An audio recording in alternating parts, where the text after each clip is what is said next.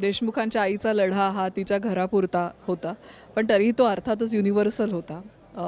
पण हा लढा अजून मोठा आहे. हा वैचारिक क्रांतीचा, सामाजिक क्रांतीचा इतिहास आहे. त्या स्त्रीने हा लढा जर दिला नसता आणि अत्यंत संयतपणे, स्थितप्रज्ञतेने आणि निष्ठेने, धैर्याने, तर आज बदल घडलाच नसता. अनेक वर्षानं मराठी मालिकांसाठी एवढा मोठा सेट उभा राहिला.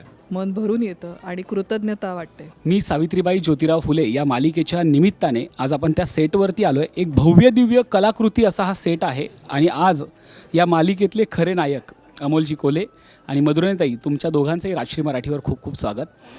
तुझ्यापासून सुरुवात करतो ताई. देशमुखांच्या घरातली आई महाराष्ट्रभर पोचली, आता महाराष्ट्राची आई साकारतीयस. हो, मोठी जबाबदारी आहे. देशमुखांच्या आईचा लढा हा तिच्या घरापुरता होता, पण तरीही तो अर्थातच युनिव्हर्सल होता.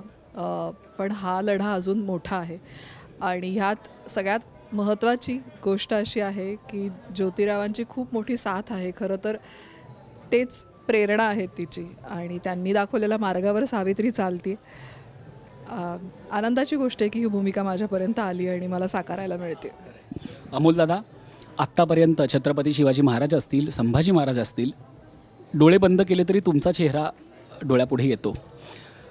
आता नवीन एक काय म्हणतात, नवीन महामानवाची कथा तुम्ही घेऊन येत आहे. इथून पुढे कदाचित ती प्रतिमा ज्योतिबा जेव्हा आमच्या डोळ्यापुढे येतील तेव्हा तुमचा चेहरा आठवेल. काय तयारी आहे भूमिकेची? नक्कीच वेगवेगळ्या पातळ्यांवर कायम ही भूमिकेची तयारी अशा पद्धतीच्या महामानांच्या भूमिकांची करावी लागते. ती एक शारीरिक, मानसिक आणि बौद्धिक अशा 3 पातळ्यांवरची ती वेगवेगळी तयारी असते. पण अगदी थोडक्या शब्दात जर सांगायचं तर छत्रपती शिवाजी महाराज, छत्रपती संभाजी महाराज यांची राजकीय क्रांतीचा जो इतिहास होता हा वैचारिक क्रांतीचा, सामाजिक क्रांतीचा इतिहास आहे आणि त्यामुळे तितकंच आव्हानात्मक आहे त्या काळामध्ये जाणं. साधारणतः 1840 ते 1850चा जो सुरुवातीचा टप्पा आहे, या काळामध्ये अनेक स्थित्यंतरं, सामाजिक स्थित्यंतरं वेगळी आहेत. त्याचवेळी सावित्रीबाई आणि ज्योतिरावांच्या वैयक्तिक आयुष्यातली जी स्थित्यंतरं आहेत, जी वादळं आहेत आणि हे सगळं टिपत असताना जे आपण म्हणतो शारीरिक, मानसिक आणि बौद्धिक या 3 पातळ्यांवरची तयारी ही करावी लागते. मधुरानीताई, कपाळावरती चिरी आहे. सावित्रीबाईंच्या त्या चिरीनं अनेक बाईपणाच्या भेगा बुजवलेल्या आहेत. ती चिरी कपाळावरती लावताना काय भावना असते मनात?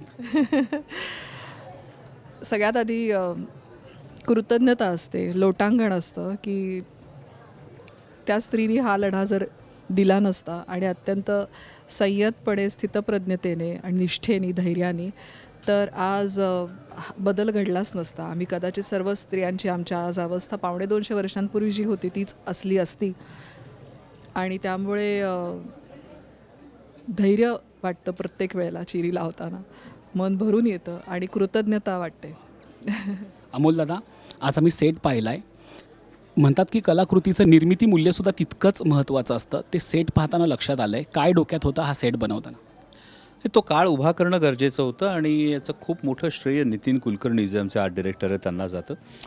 कारण जे काही आमच्या मनात होतं त्या काळातलं पुणं उभं करणं आणि ज्या पद्धतीनं स्टार प्रवाहानं भरभक्कम साथ हे स्वप्न पाहताना दिलं. कसं असतं की अनेक वर्षानं मराठी मालिकांसाठी एवढा मोठा सेट उभा राहिला आणि एवढा मोठा सेट असेल आणि ह्या सगळ्या गोष्टी म्हणजे शिवधनुष्य पेलण्यासारखं असतं.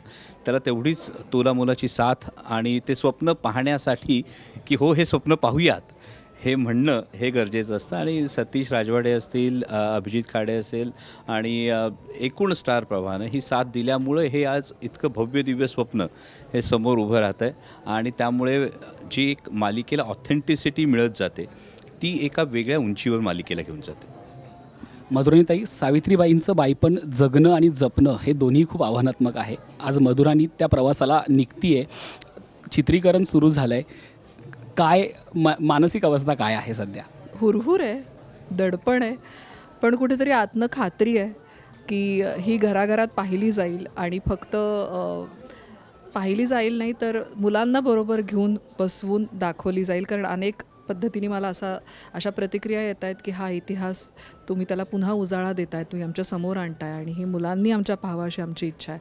तर मला लहान मुलगी आहे, त्यामुळे मला ह्याची जाणीव आहे की अशा पद्धतीने त्यांच्यापर्यंत इतिहास पोचला तर आणि या एवढ्या मोठ्या व्यक्तिमत्वांची गोष्ट आणि एक साधी माणसं तिथपर्यंत जाणं ही गोष्ट, त्यांच्याही भावभावना, इमोशन्स ह्या सगळ्यांबरोबर ते पुढे जाणार आणि त्यामुळे ते खिळवून ठेवणार याची खात्री आहे. माझी एक वैयक्तिक अशी इच्छा आहे की ही मालिका, या महामानवांची मालिका, त्यांचं चरित्र उभ्या महाराष्ट्रानं बघायला हवं.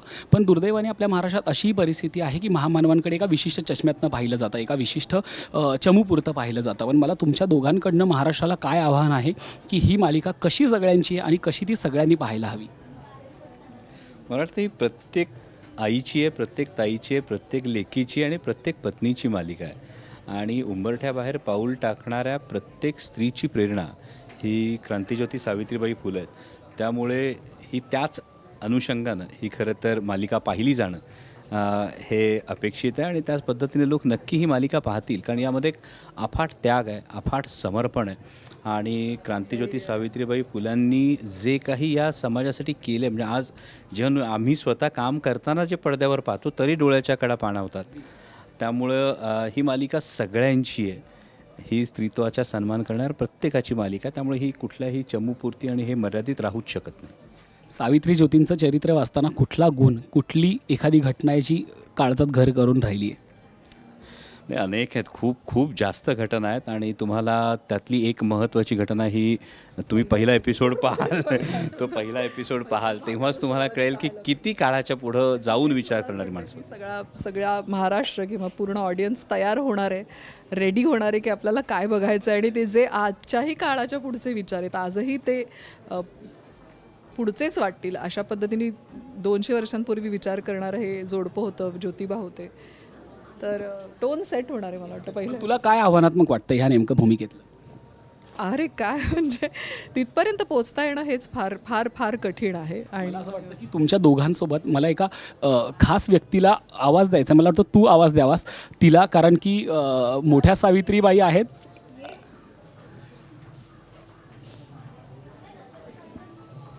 सावित्रीबाईंच्या चरित्राला जिथून सुरुवात होणार आहे ती छोटी सावित्री, आणि सावित्रीबाईंच्या चेहऱ्यावरचं जे तेज होतं तेच तेज हिच्या चेहऱ्यावरती. तुला कसं वाटतंय सावित्रीबाईंची भूमिका साकारताना?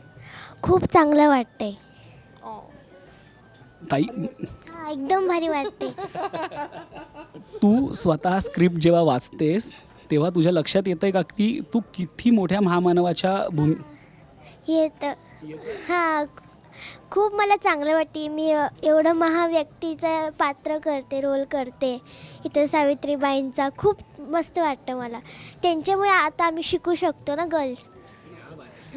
मला असं वाटतं की ही जाणीव प्रत्येकाला होणं गरजेचं आहे. ही जाणीव प्रत्येक मुलामुलात, घराघरात आणि मनामनात ठेवली. म्हटलं तसं की हे प्रत्येक घरात प्रत्येकाने पाहायला पाहिजे आणि आपल्या मुलांना बरोबर घेऊन पाहायला पाहिजे अशी मालिका आहे.